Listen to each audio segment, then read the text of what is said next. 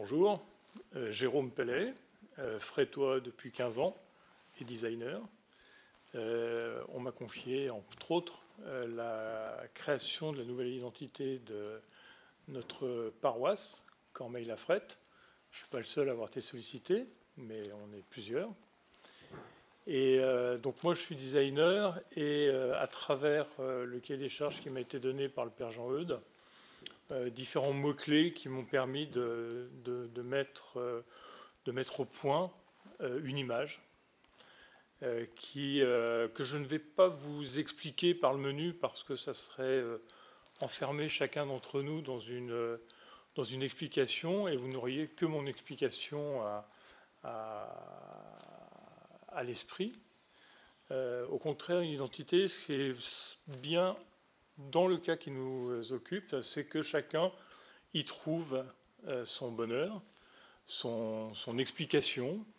Quand je parlais de mots-clés tout à l'heure, effectivement, un mot-clé qui était la grappe de raisin, qui a été effectivement l'élément moteur pour cette création.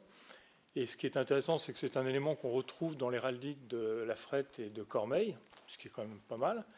Et puis en même temps, c'est un symbole qui parle à tout le monde.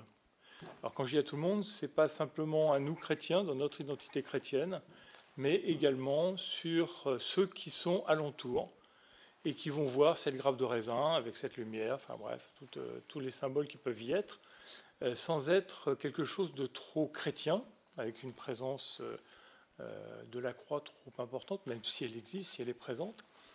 Voilà, donc ça c'était vraiment l'idée, c'est effectivement d'avoir quelque chose qui puisse être lu par l'intérieur, mais aussi par l'extérieur, sans être un repoussoir qui pourrait être néfaste pour le développement de notre paroisse et des projets qui y sont liés. Voilà, donc ça c'est le propre de cette identité. Chacun s'y retrouve et en même temps, elle n'est pas destinée qu'à nous, elle est aussi destinée aux gens de l'extérieur. Voilà quel a été mon projet et j'espère que chacun d'entre vous pourra y mettre aussi, y projeter ses idées, ses façons de penser, ses expériences, son ressenti, aimera pas, hein. Ça aussi c'est quelque chose qui fait partie du jeu, mais en espérant au fond de moi-même que chacun y trouve son compte si toutefois ce projet a été retenu. Eh bien, bonjour à toutes mes sœurs et tous mes frères de la paroisse, de la bonne paroisse de Cormeilles et de la Frette. Donc, l'excellent Jean-Eudes, votre curé, m'avait demandé de travailler sur la création d'un logo pour votre paroisse. Je me présente, je m'appelle Stéphane, je travaille au service communication du diocèse de Pontoise et je vais vous présenter le travail donc, que nous avons fait. Voilà, alors je vais vous montrer en partageant mon écran, donc qui est beaucoup plus classique en fait, puisque la croix apparaît de manière beaucoup plus évidente. Il est plus figuratif que la première version, et il affirme donc de manière plus forte la croix comme symbole évident d'une paroisse catholique. Alors, deux mots sur les couleurs. C'est des couleurs qu'on va qualifier de modernes dans le sens où elles évoquent en particulier, mais pas que, mais en particulier une application qui est très prisée chez les jeunes en ce moment qui s'appelle TikTok. Je ne sais pas si vous connaissez. Et donc on reprend un peu ces différentes nuances de couleurs qui rappellent cette application-là. Et il y a un petit côté chatoyant autour de la croix qui du coup est moins un symbole de mort qu'un symbole de vie, c'est-à-dire un symbole de résurrection.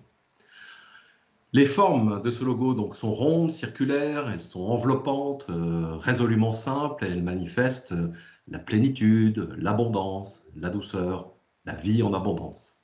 Et puis le demi-disque rouge évoque la terre, ou alors le soleil levant, et l'onde bleue, elle peut évoquer, pour vous qui habitez Cormeilles ou La Frette, elle peut évoquer évidemment la Seine, mais pour les chrétiens, l'eau, elle va surtout évoquer l'eau du baptême, qui est la source de toute audace missionnaire. Enfin, le nom, paroisse catholique Cormeilles-la-Frette, bon, bah, ça a le mérite d'être clair, simple, fort, avec une police de caractère, comment dire, noir et solide, qui montre une espèce de dynamisme et de solidité de votre paroisse. Alors, ce qui est intéressant après, c'est de décliner ce logo, de voir un peu comment il peut vivre dans différentes représentations. Alors là, je me suis amusé à faire ceci. Donc, si vous voulez offrir un cadeau à votre excellent curé Jean-Eudes, eh ben, vous pouvez lui offrir ce mug avec le logo de la paroisse. Autre déclinaison, un grand kakémono, voilà, qui peut être mis, je sais pas, dans une salle paroissiale, à l'entrée d'une église, etc., etc.